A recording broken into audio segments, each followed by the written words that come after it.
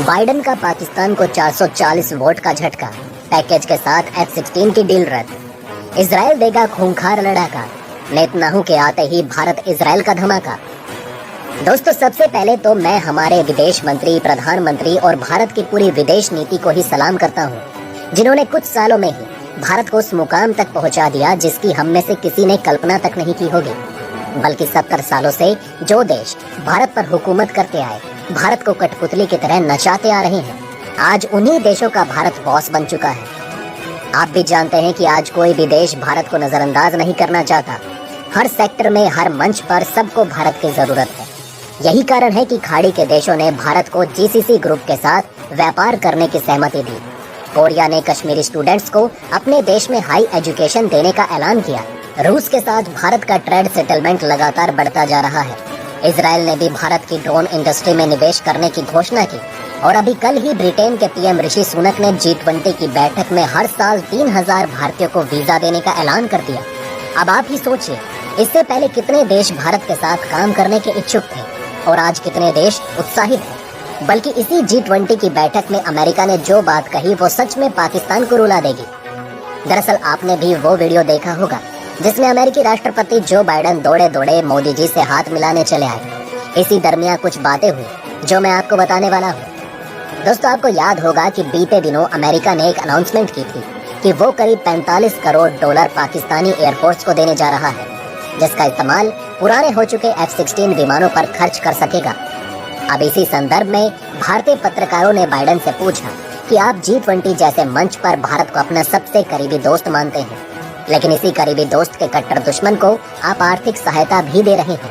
क्या आप इसके बारे में कुछ कहना चाहोगे?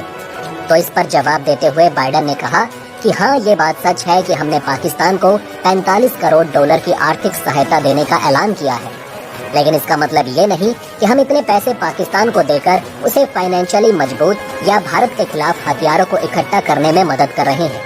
हमने जो ये 45 करोड़ डॉलर का आर्थिक पैकेज पाकिस्तान को देने का ऐलान किया है, ये सिर्फ हमारे F-16 विमानों की देखरेख के लिए है।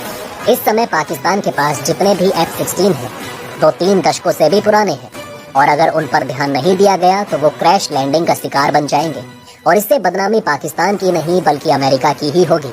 इसलिए F-16 के रखरखाव के लिए ये पैसे अमेरिका पाकिस्तान को देने जा रहा है। हम ना तो पाकिस्तान को कोई F-16 नया देने वाले हैं, ना ही इसमें लगने वाली आधुनिक तकनीक पाकिस्तानी एयरफोर्स को देंगे। हाँ, पाकिस्तान ने हमसे नए F-16 की मांग जरूर की थी, लेकिन हमने भी उन्हें मना कर दिया था। हम भी नहीं चाहते कि हमारे किसी गलत कदम से भारत हमसे नाराज हो जाए। वैसे देखा जाए तो अमेरिका की बातों पर भरोसा नहीं किया जा सकता, क्योंकि अमेरिका की नीयत सही नहीं। लेकिन ये बात भी उतनी ही सच है कि फिलहाल तो पाकिस्तान को नए F-16 नहीं मिलने वाले। इस समय आप जिस व्यक्ति को देख रहे हैं, इनका नाम है बेंजामिन नेतन्याहू। आप में से ज्यादातर लोग इनको जानते होंगे। ये अब से कुछ समय पहले तक इजराइल के प्रधानमंत्री थे और उन्होंने भारत और इजराइल के संबंधों को सुधारने के लिए बहुत मजबूत काम किया और बहुत ही ज्यादा प्रो इंडियन प्राइम मिनिस्टर थे। हालांकि इनके बाद जो नए प्रधानमंत्री बने नफ्ताली बेनेट, वो भी भारत को अच्छा दोस्त मानते थे, अच्छे संबंध रखते थे। लेकिन कहीं ना कहीं बेंजामिन नेतन्याहू के जाने के बाद भारत और इजराइल के संबंध जहां पहले थे वहीं छूट गए। आपने भी देखा होगा, पिछले 1-1.5 साल के अंदर भारत इजराइल के संबंध मजबूत नहीं हुए हैं, न ही दोनों देशों ने किसी प्रकार की कोई डील की है। और इससे आप समझ सकते हैं कि बेंजामिन नेतन्याहू भारत इजराइल संबंधों के लिए कितने ज्यादा क्रूशियल थे। और अब खुशी की बात तो ये है कि अब बेंजामिन नेतन्याहू की प्रधानमंत्री पद पर दोबारा वापसी हो रही है। उन्होंने चुनाव भारी मतों से जीत लिया है और आप देखिए, उनके आते ही फर्क साफ दिखने लगा। आज ही इजराइल ने भारत को एक बड़ा ऑफर दे दिया है। दरअसल इजराइल की कंपनी है एल्बिट। इन्होंने बहुत ज्यादा खास तरीके का हथियार तैयार किया है जिसका नाम है लेनियस। और सबसे खास बात यह है कि इजराइल ने अभी तक इस हथियार को किसी को भी नहीं दिया है, और न ही अमेरिका, न ही फ्रांस, न ही ब्रिटेन, किसी को भी नहीं। और सबसे पहले वो इसे भारत को ही देना चाहता है। और यकीन मानिए, इसकी खासियत सुनने के बाद आप खुद कहेंगे, कश्मीर जैसे इलाकों में ये भारतीय सेना के लिए किसी वरदान से कम नहीं। तो क्या है इसकी खासियत, चलिए जानते हैं। तो दोस्तों, सबसे पहले आपको बता दूं कि इजराइल ने लेनियस को इस तरीके से डिजाइन किया है कि ये अर्बन इलाकों में ऑपरेट कर सके, यानी कि भीड़ भाड़ वाले इलाकों में, लोगों के घरों के अंदर, कमरों में, बहुत ही पतली गलियों में, हर जगह ये आसानी से ऑपरेट कर सके। और इसलिए इसे बहुत ज्यादा कॉम्पैक्ट बनाया गया है और आप देख सकते हैं जो बड़े बड़े इंजीनियर हैं वो भी यही कह रहे हैं, टाइनी बट पावरफुल, यानी कि छोटा है लेकिन बहुत शक्तिशाली है। लेकिन इसका काम क्या है तो मैं आपको बता दूं, एक उदाहरण देकर समझाता हूँ। मान लीजिए सेना को रिपोर्ट मिलती है कि कश्मीर के किसी बड़े कस्बे या शहर के बीचों बीच किसी घर में एक आतंकी छुपा बैठा है। अब उसे मार कर गिराना बहुत मुश्किल काम है, क्योंकि भीड़ भाड़ वाला इलाका है, लोग भी तो है। ऐसे में एक छोटी सी गलती और बहुत सारे लोगों की जान जा सकती है। ऐसे में आप लेनियस को वहाँ पर छोड़ दीजिए। ये एक छोटा सा ड्रोन है जो एक हथेली के बराबर है। ये करेगा ये कि उस भीड़ भाड़ वाले इलाके में घुसेगा, उसका पूरा 3D मैप तैयार करेगा जो सेना देखती रहेगी। यही नहीं, उसके बाद घरों की छानबीन शुरू कर देगा। सेना को ये बताएगा किस घर के अंदर किसके अंदर कितने लोग हैं, उनमें से कितने लोगों के पास हथियार हैं, कितने लोगों के पास हथियार नहीं है। यहाँ तक कि ये भी बताएगा कि अगर हथियार हैं तो वो किस प्रकार का हथियार है। इस लेवल की ये स्कैनिंग करता है। अब मान लीजिए कि ये उस घर के अंदर पहुंच जाता है, उस कमरे के अंदर पहुंच जाता है जहां पर आतंकी बैठा है, तो ये उसकी पूरी स्कैनिंग करके कंफर्म करेगा कि ये आतंकी है या नहीं।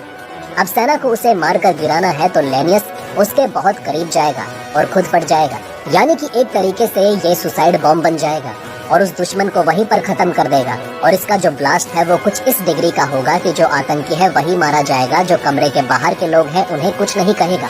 और इसके दो बड़े फायदे हैं। पहला ये कि इस तरीके के आतंकियों को मारने में हमारे सैनिक भी कई बार शहीद हो जाते हैं, वो नहीं होगा।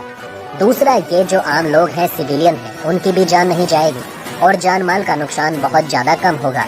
इसके अलावा एक तीसरा फायदा ये है कि लेनियस ये भी बता सकता है कि जो आतंकी है उसके पास हथियार मौजूद है या नहीं, और अगर मौजूद भी है तो कितनी दूरी पर है। इससे अंदाजा लगाकर सेना स्ट्राइक करके उसे जिंदा भी पकड़ सकती है बिना किसी नुकसान के। हालांकि आप में से कई लोगों का ये सवाल हो सकता है कि जब हम एक आतंकी को मारने के लिए ड्रोन को सुसाइड बॉम्बर बनाएंगे तो पूरा ड्रोन नष्ट हो जाएगा। ऐसे में एक आतंकी को मारने में बहुत ज्यादा खर्चा आएगा। तो दोस्तों आपको दो बातें बता देता हूँ।